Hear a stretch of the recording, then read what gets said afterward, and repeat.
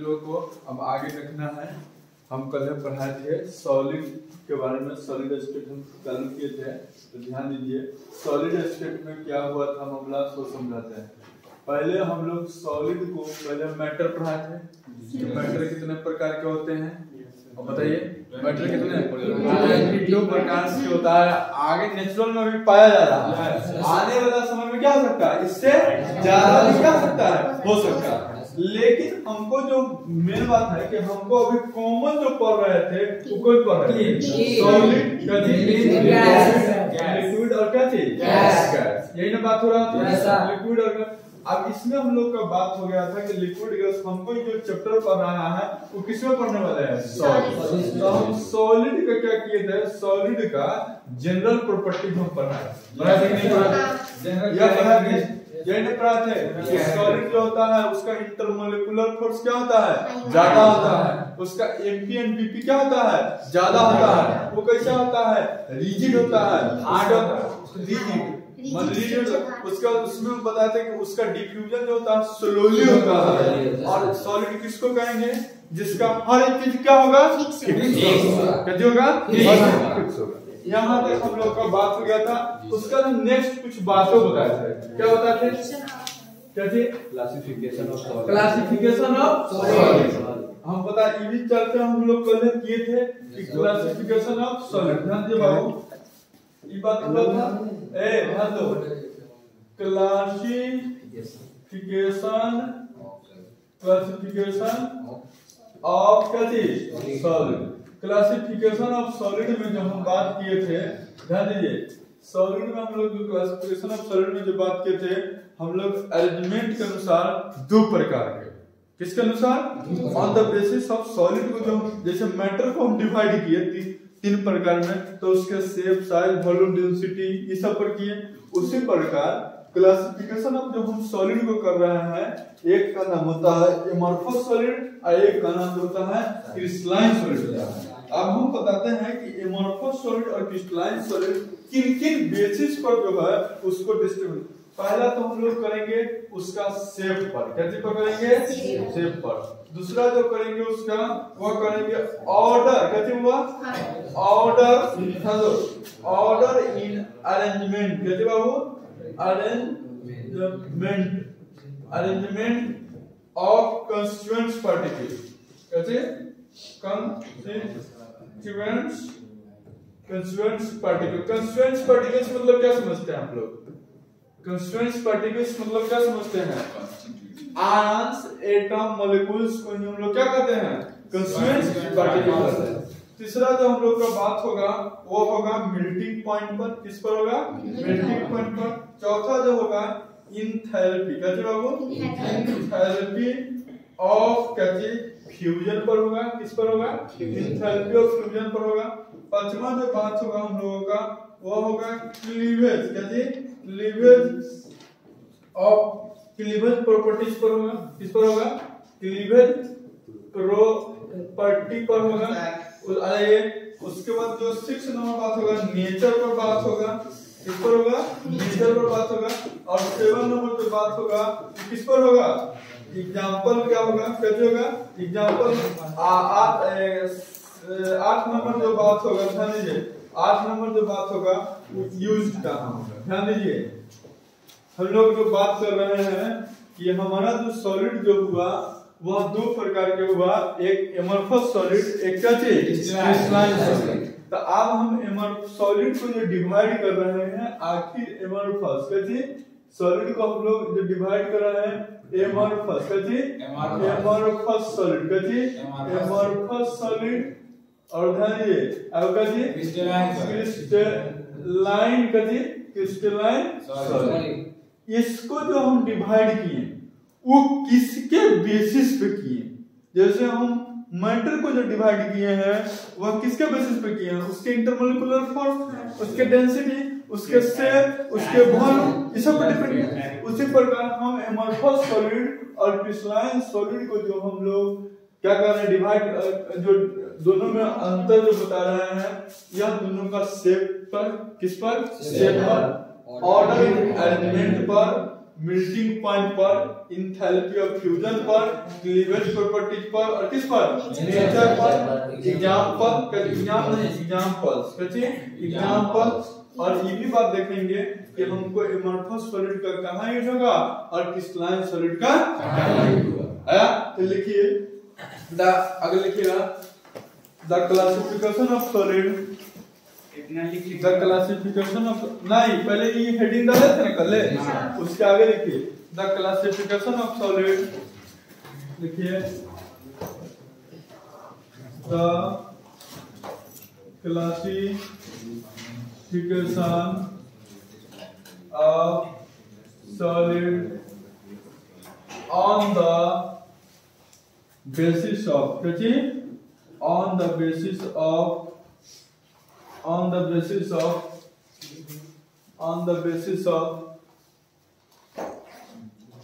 the basis of हो गया, on the basis of shape, पहला लिख करके लिखिए on the basis of, पहला कैसे shape, दूसरा order in arrangement of constituent particle,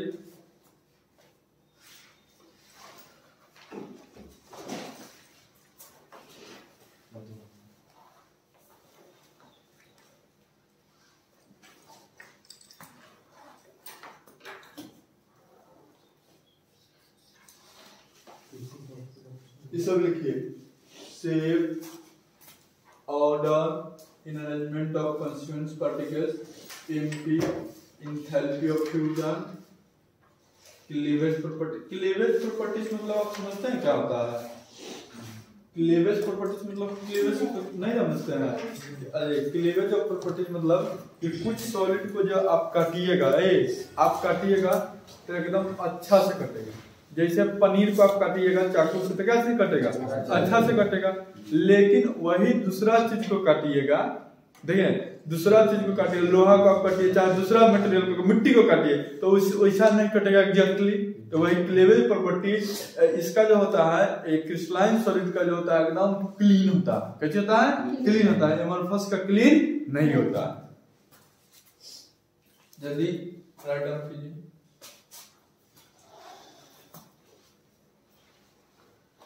पहले क्या लिखना है? क्लासिफिकेशन ऑफ सॉलिड, तो उसके बाद लिखना है नीचे the classification of solid on the basis of क्या थी? शेप, उसके बाद क्या थी? ऑर्डर ऑफ अरेंजमेंट, उसके बाद क्या थी? MP, enthalpy of fusion, cleavage property, nature, example और क्या थी? यूज। ठीक है? एमपी का फुल फॉर्म मेल्टिंग पॉइंट।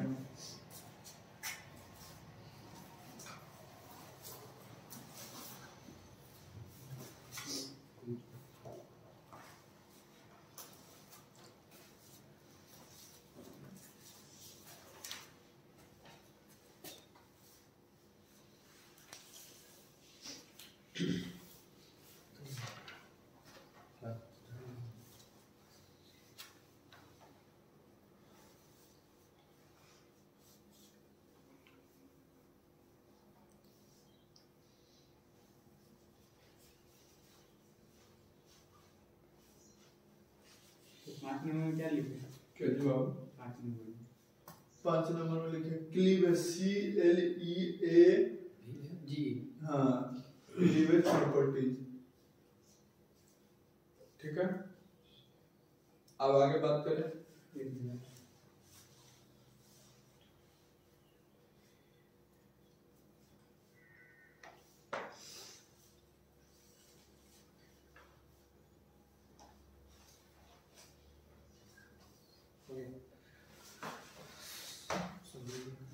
आगे बात करें। ठीक है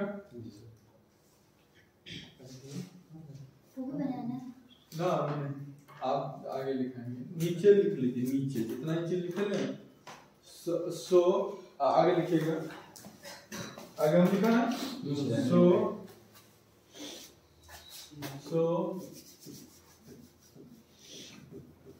solids are two types। क्या प्रकार का होगा? two types। So solids are two types, जिसमें पहला हम लिखेंगे सॉलिड देंगे, कैसे देंगे, सॉलिड देंगे। उसके बाद दो प्रकार के हैं, एक तरफ लिखेंगे crystalline solid, CRYSTALLINE crystalline solid. एक साइड लिखेंगे हम लोग कैसे, सॉलिड एमॉर्फस सॉलिड। ध्यान दीजिए बाबू, इसको भी क्या कीजिएगा आप लोग, एक दूसरा पेन से क्या कीजिएगा, ध्यान लीजिएगा। क्या है, ऑन द सोल माने सॉलिड्स को दो प्रकार में जो बांटा, किसके किसके बेसिस पे बांटा, जल्दी बताइए, किसके किसके बेसिस पे बांटा, शेप पर, दूसरा किस पर, ऑर्डर ऑफ अरेंजमेंट पर, तीसरा मेल्टिंग पॉइंट, क्लीवेज प्रॉपर्टीज पर, इस पर। उसी प्रकार में बांटा गया तो सॉलिड जो हुआ वो दो प्रकार का है। क्या प्रकार का है, दो प्रकार के। एक यहाँ से बिहार बोर्ड का इम्पोर्टेंट क्वेश्चन हर साल पूछता है और पूछबे करेगा। एक जो हुआ क्या हुआ, क्रिस्टलाइन सॉलिड, एक जो हुआ क्या चीज हुआ, ठीक है।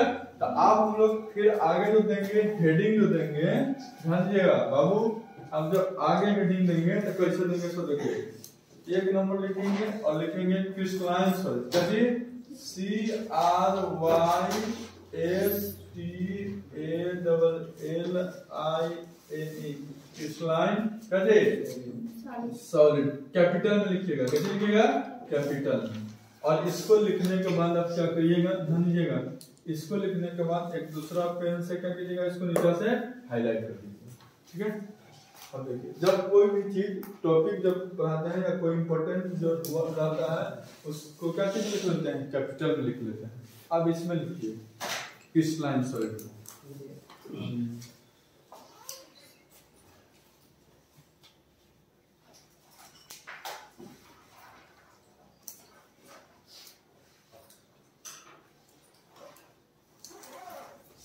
लिखा है क्रिस्टलाइन सॉलिड में, लिखाते हैं क्रिस्टलाइन सॉलिड में। हम बताए थे कि क्रिस्टलाइन सॉलिड में क्या होगा कि हर चीज जो होगा वह रेगुलर अरेंजमेंट में होगा, कैसे में होगा, रेगुलर अरेंजमेंट में होगा। तो लिखिएगा, ध्यान दीजिएगा, द सबस्टांस, कैसे बाबू, द सबस्टांस कैसे, the substance which constituents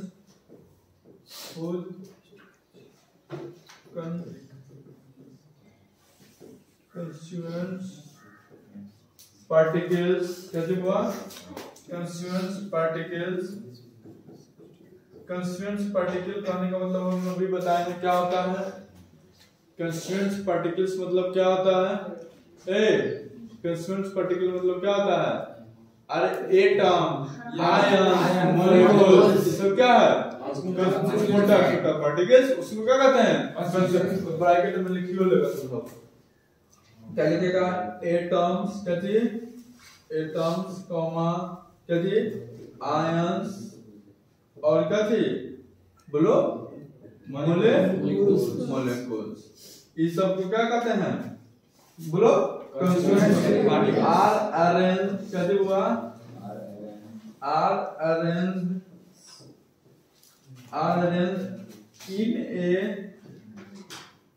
in a definite, कैसे हुआ, definite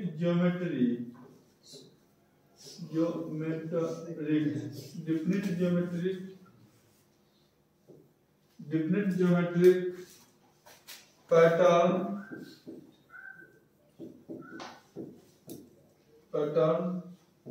in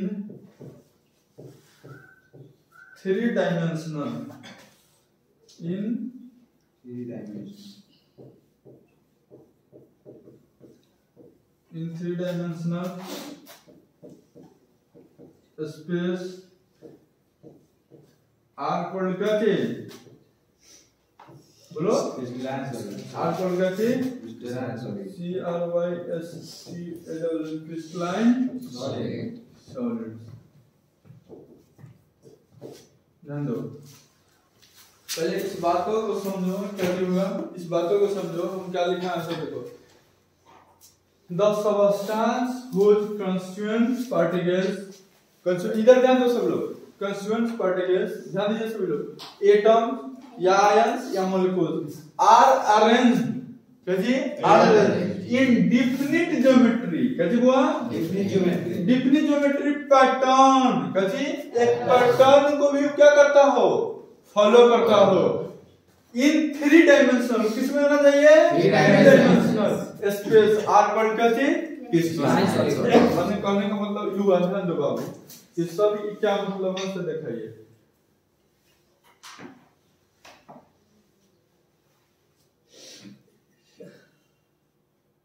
ध्यान दो क्या है 3 डायमेंशनल सर स्पेस का क्या लफड़ा है कि अगर कोई भी क्रिस्टलाइन सॉलिड है तो उसमें क्या होगा एक रेगुलर होगा। जैसे मान लीजिए कि एक आप देखते हैं ना कभी एक रेगुलर अरेंजमेंट, जैसे ई जो इस प्रकार का अगर कोई है इस प्रकार का तो इसी प्रकार का सब शेप होगा, ये लाइन में पैटर्न एक फॉलो करता होगा, कैसे होगा पैटर्न एक फॉलो करता होगा।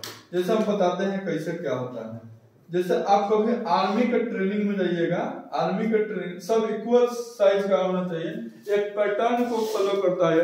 तो क्या होता है आप देखते हो एक हाथ का डिस्टेंस पर है क्या जी, एक हाथ क्या होगा कॉमन है सबके लिए कॉमन है कि नहीं, तो एक पैटर्न फॉलो करता है। हाइट भी क्या होता है सिमिलर होता है, और एक लाइन में 100 हो तो दूसरा लाइन में भी 100 हो, तीसरा लाइन में भी क्या चीज 100, तो वो एक पैटर्न को फॉलो करता है कि नहीं। इस प्रकार का पैटर्न को जो फॉलो करता है उसको हम लोग क्या कहते हैं क्रिस्टलाइन सॉलिड कहते हैं, कैसे कहते हैं क्रिस्टलाइन सॉलिड कहते हैं। जल्दी बता दीजिए।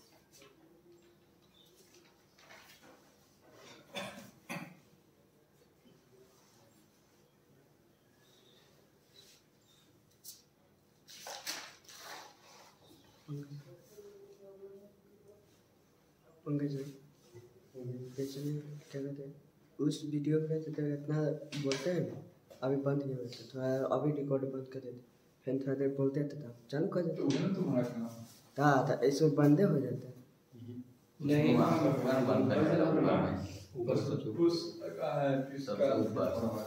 जैसे लाइन सॉलिड का जो होगा डिफिनेशन हम लोग समझ गए कि क्या हुआ कि 3 रेगुलर अरेंजमेंट होना चाहिए, क्या होना चाहिए। सनी कुमार आ जाओ, सनी बाबू आ जाइए, अटेंडेंस आपको करना पड़ता है। हम लोग आगे बढ़ते हैं, आगे बढ़े आगे बढ़े चलिए अब ध्यान दीजिए आगे बढ़ते हैं। अब ध्यान दो क्या हम लोग समझने का प्रयास करें, समय लिखेगा जब बजाया तय बजे।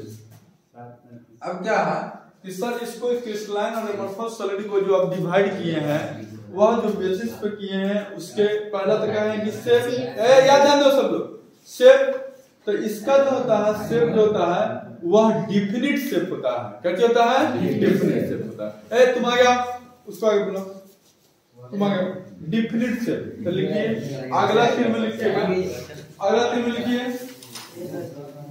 अगला तीर में लिखिए, लिखिए द क्रिस्टलाइन सॉलिड है definite shape, the crystalline solid है, द क्रिस्टलाइन सॉलिड है definite shape, the crystalline solid है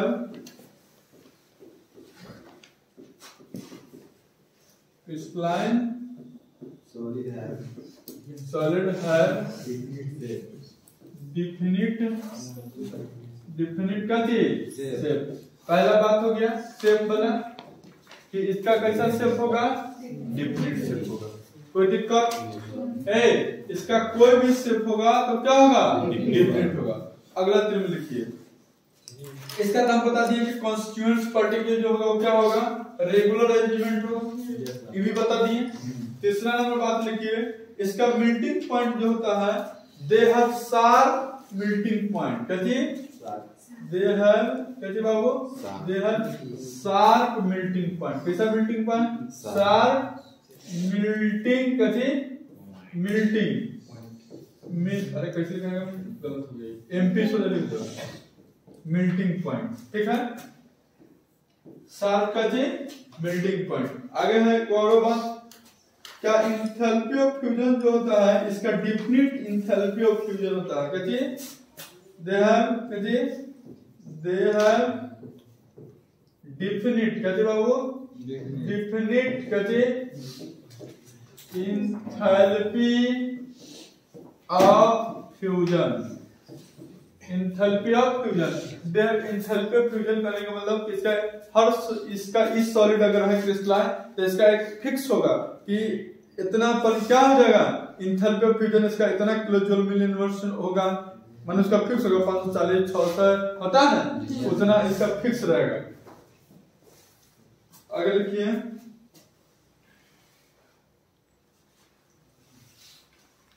क्लीवेज प्रॉपर्टी जो होगा, क्रिस्टलाइन सॉलिड, अगला लिखिएगा, आगे लिखा लिखिएगा आगे,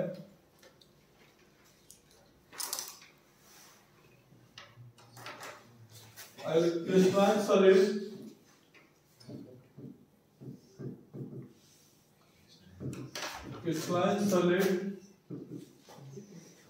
क्लीन क्लीवेज, क्रिस्टलाइन सॉलिड लिखिएगा, crystalline solid undergoes a clean cleavage, crystalline solid undergoes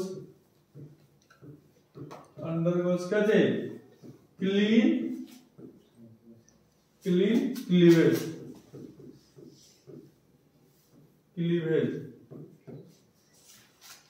crystalline solid कहते undergoes cleavage।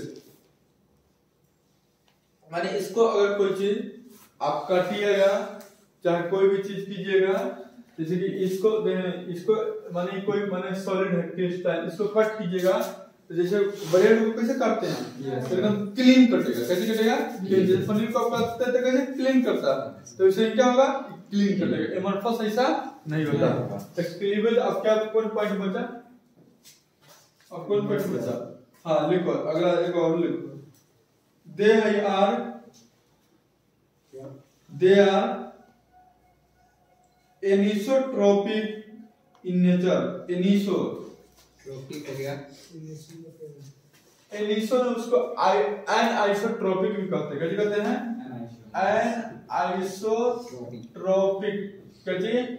anisotrophic nature.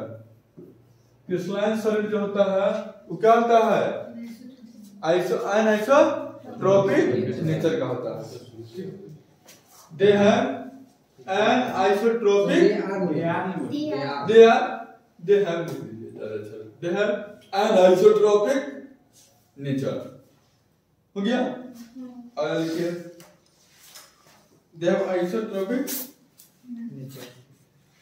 ध्यान दीजिए, अगला एक बात और, इसीलिए इतना गुण रखने के बाद इसको जो कहा जाता है ट्रू सॉलिड कहा जाता है। क्या कहा जाता है, ट्रू सॉलिड, अलग नाम होता है ट्रू सॉलिड, इसका एक नाम है, क्या कहते हैं, ट्रू सॉलिड।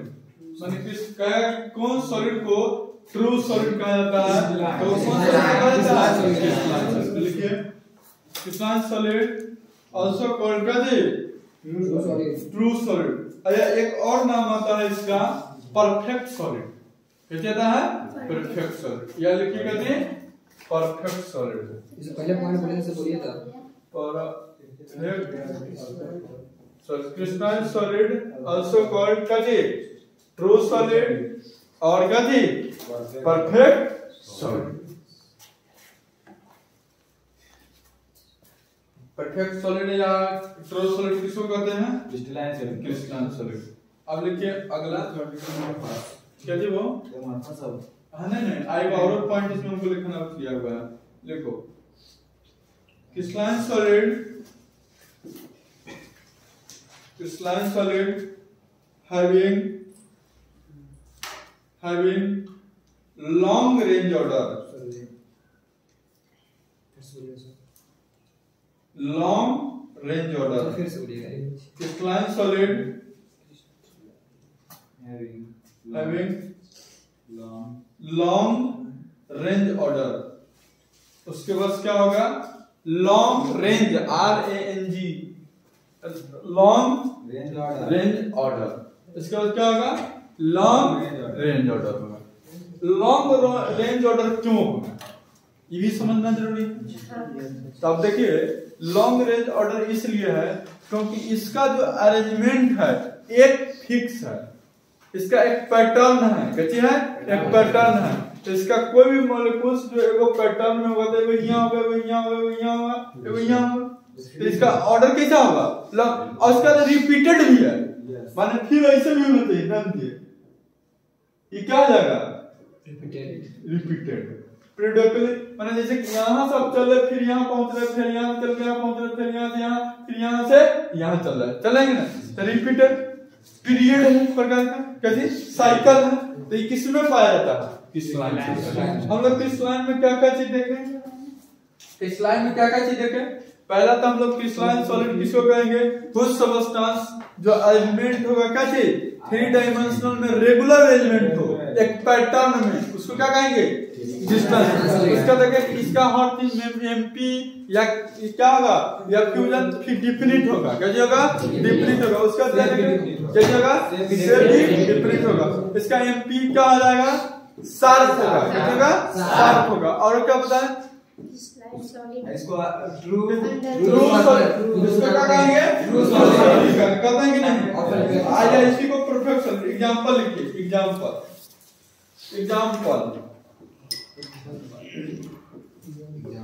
एग्जांपल लिखिए। पहला एग्जांपल लिखिए।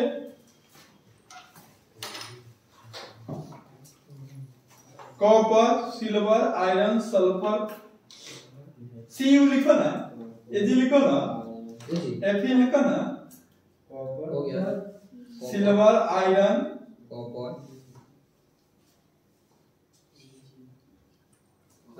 हाँ हो गया। हाँ, potassium nitrate,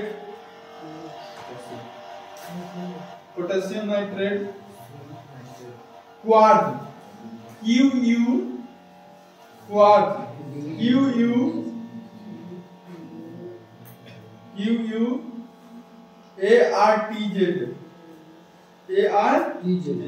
quartz, potassium nitrate quartz होगा। Zinc sulphide, sodium chloride, zinc sulphide, sodium chloride, zinc sulphide, sodium chloride हो गया। आगे बात करें, कोई दिक्कत आ जाएगी? तो क्रिस्टलाइन सॉलिड में अगर किसी को कोई दिक्कत है तो बोलेगा। क्रिस्टलाइन सॉलिड में किसी को कोई दिक्कत नहीं है। अब आगे हम लोग किसमें पढ़ेंगे? एमॉर्फस सॉलिड में। किसमें पढ़ेंगे? एमॉर्फस सॉलिड में। आइए, स्वागत है आप सभी का एमॉर्फस सॉलिड में। चलिए ध्यान दीजिए, यहाँ लो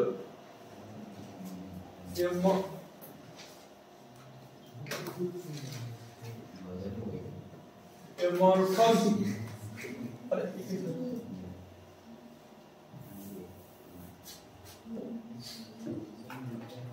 ध्यान दो बाबू, amorphous solid.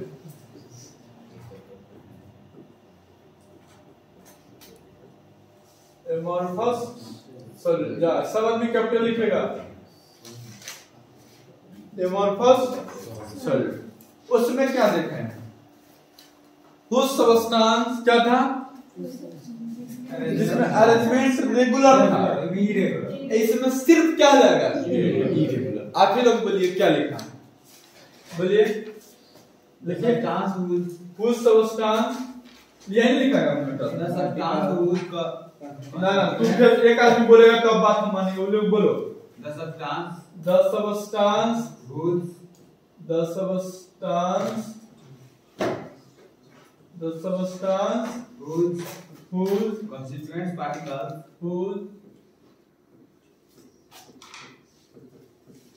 constituent particles constituent particles मतलब क्या चीज?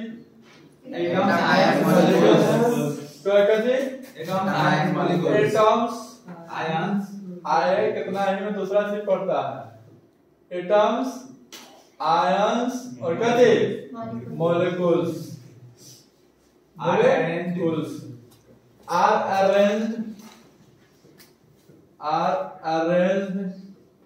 in a irregular pattern क्या जी? irregular pattern in a irregular pattern in किसमें? in irregular pattern बोलो 3 dimensional किसमें? 3 dimensional किसे? 3 dimensional r पर क्या जी? amorphous r पर क्या जी? r called amorphous solid क्या जी? amorphous solid कोई दिक्कत नहीं था जी वह सब जो था वह क्या था बताइए वह जितना भी क्रिस्टलाइन रुको ना भी हम जब लिखते हैं तो तुम रुका करो जा नहीं रहा है विदेश हम ये लिखा है कि उसमें जो भी चीज था वो रेगुलर था जैसे तुम रेगुलर आ रहा है क्लास करने तो क्या हो गया क्रिस्टलाइन अब सन्नी इरेगुलर है आप सुधरो आप देखिए आपका जीवन एक महत्वपूर्ण प्राप्त है 1 साल की मेहनत करना है उसके बाद फिर तुमको कहने वाला नहीं होगा और 11-12 के बाद ऐसा क्लास नहीं चलता है कि रोज दिन आइए और पढ़ के जाइए कीजिए आप इंजीनियरिंग कॉलेज में जाइएगा चाहे मेडिकल कॉलेज में जाइएगा चाहे ग्रेजुएशन में जाइएगा आपको बोलने भी नहीं जाएगा कोई कि फॉर्म भरो पता चला तो फॉर्म भरेगा ना पता चला 1 साल बाद जाओ उस समझदारी लाओ पहले का बात नहीं रहा अब ये कर दिए गुजार दिए से गुजार दिया जो गया से फिर दूसरा आएगा ये छोड़ा तो छोड़ दिया फिर दूसरा आएगा क्या इसीलिए तो उसमें क्या चीज था कि ये वो सब जो जितना भी चीज था वो सब क्या चीज था रेगुलर अरेंजमेंट इसमें क्या है और बात बताइए उसमें जो था एक पैटर्न को फॉलो कर रहा था इसमें पैटर्न को भी फॉलो नहीं कर रहा नहीं कर रहा उसके बाद हम बताया है क्रिस्टलाइन सॉलिड में कि वो लॉन्ग रेंज है तो इसमें क्या जाएगा किसमें हो जाएगा इसमें शॉर्ट हो जाएगा कि नहीं तो आप लिखिएगा तीर दे दे करके लिखिएगा हाँ तो नहीं लिखिएगा तो लिखोगे तो क्या लिखिएगा कैसा हो जाएगा शेप कैसा होगा इरेगुलर शेप इरेगुलर क्या किया जाएगा एमोर्फस सॉलिड का इरेगुलर शेप आगे बताइए आगे लिखिए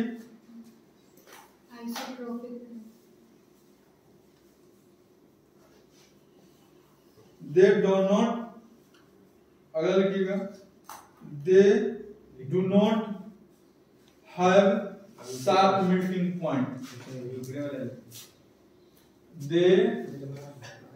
they do not कथी शार्प कथी बाबा शार्प मेल्टिंग पॉइंट उसका क्या होना था शार्प मेल्टिंग पॉइंट था इसका शार्प मेल्टिंग पॉइंट नहीं होगा अगला लिखिएगा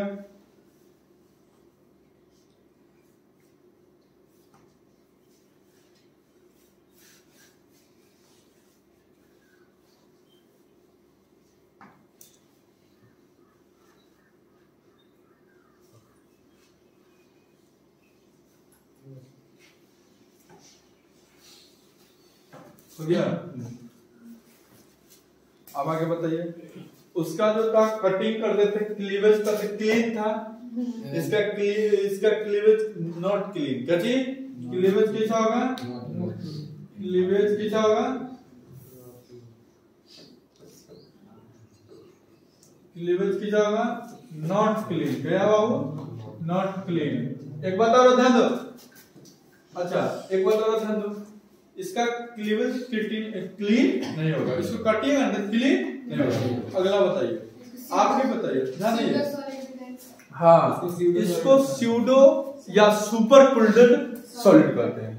इट इज आल्सो कॉल्ड कथी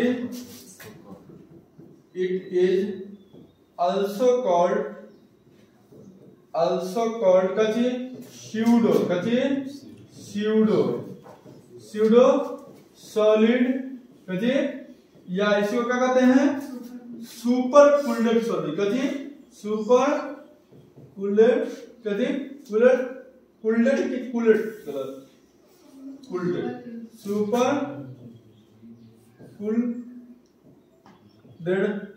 कूल्ड सॉलिड।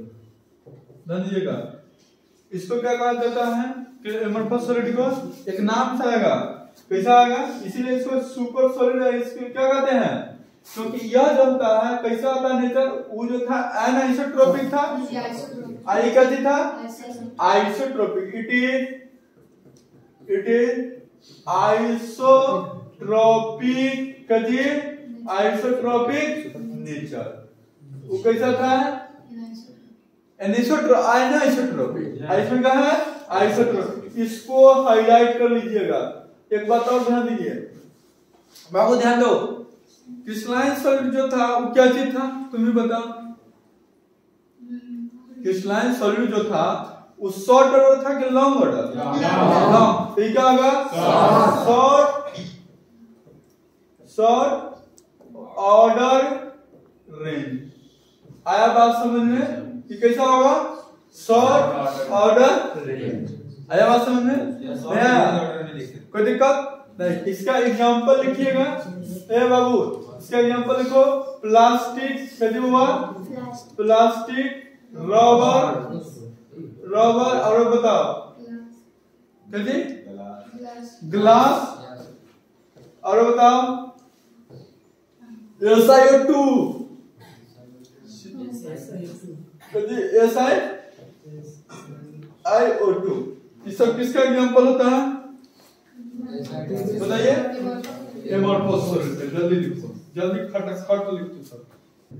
ग्लास के फॉर्म में रहेगा तो क्या हो जाएगा, ऊपर क्या लिखे बोलो, सुपर कूल्ड। ए सुनो, ग्लास के फॉर्म में रहेगा तो क्या होगा, देखो ग्लास के फॉर्म में रहेगा ना तो क्या होगा, एमरफस। क्वार्ट्ज हो जाए क्रिस्टलाइन, और क्वार्ट्ज ग्लास रहेगा तो क्या होगा, amorphous.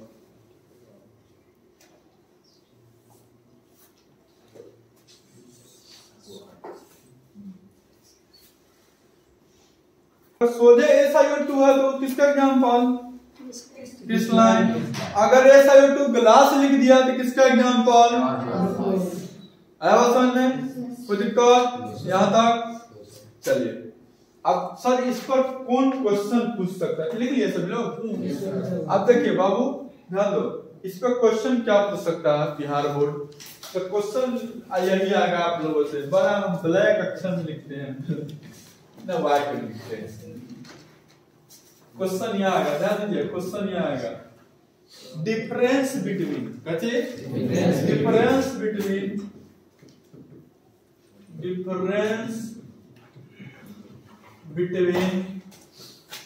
CrYSTL crystalline solids and कथी बोलो, एमरफस कथी सॉलिड। आया बात समझ में, डिफरेंस लिखना है। ये 5 मार्क्स का क्वेश्चन आता है, 3 मार्क्स का आता है, 5 मार्क्स का आएगा। तो इसको सब डिफरेंस कैसे लिखेंगे, डिफरेंस का तरीका भी नहीं मालूम है आपको, पता है सीरीज लाइन करेंगे उसके बाद लिखेंगे। डिफरेंस लिखने के लिए एक तरफ लिखेंगे क्रिस्टलाइन सॉलिड, कैसे लिखेंगे क्रिस्टलाइन सॉलिड। ध्यान दीजिए, एक तरफ क्या लिखेंगे एमरफस सॉलिड, लिखेंगे एमरफस सॉलिड। ठीक है, अब देखिए अब क्या करेंगे, जब डिफरेंस लिखेंगे ना इस दोनों को तंगा ना कर देंगे। आया बात समझ में, हाईलाइट करके बीच में ऐसे लिख लेंगे, इसका पॉइंट लिखेंगे रोमन अक्षर में, किसमें? रोमन अक्षर में पॉइंट लिखेंगे। और जो इंपॉर्टेंट पॉइंट होगा उसको भी क्या कर देंगे? तो क्वेश्चन नहीं आएगा, ठीक है? कोई दिक्कत यहाँ से नहीं है। अब हमको लगता है कि डीपीपी देना पड़ेगा। डीपीपी डेली प्रैक्टिस पेपर, सबसे पहले DPQ daily practice question, yes DPQ daily practice question, ठीक है? आपका अब क्या आज होमवर्क लिखिए, क्या है होमवर्क किया है? ध्यान दीजिए, होमवर्क किया है पहला कॉपी रिवीजन, क्या जी बाबू? कॉपी रिवीजन, ठीक है? दूसरा जो है बाबू क्या है बताओ? Book reading, book reading routine बताए थे, बुक उस पर फॉलो कर रहा है कि नहीं कर रहा है? जो कर रहा है उसका बहुत फला है, जो नहीं कर रहा है उसको भी बधाई, कम से कम उतना तो समय कहीं दे रहा है। ये गलत बात है, कहती है गलत बात है, सदम उपयोग कीजिए समय का, ठीक है? फिर मिलते हैं कब? कल डीपी की क्वेश्चन जाएगा आप लोगों को, इसलिए आप पॉज करके आइएगा, क्या कीजिएगा? पॉज करके क्वेश्चन बने, किसी से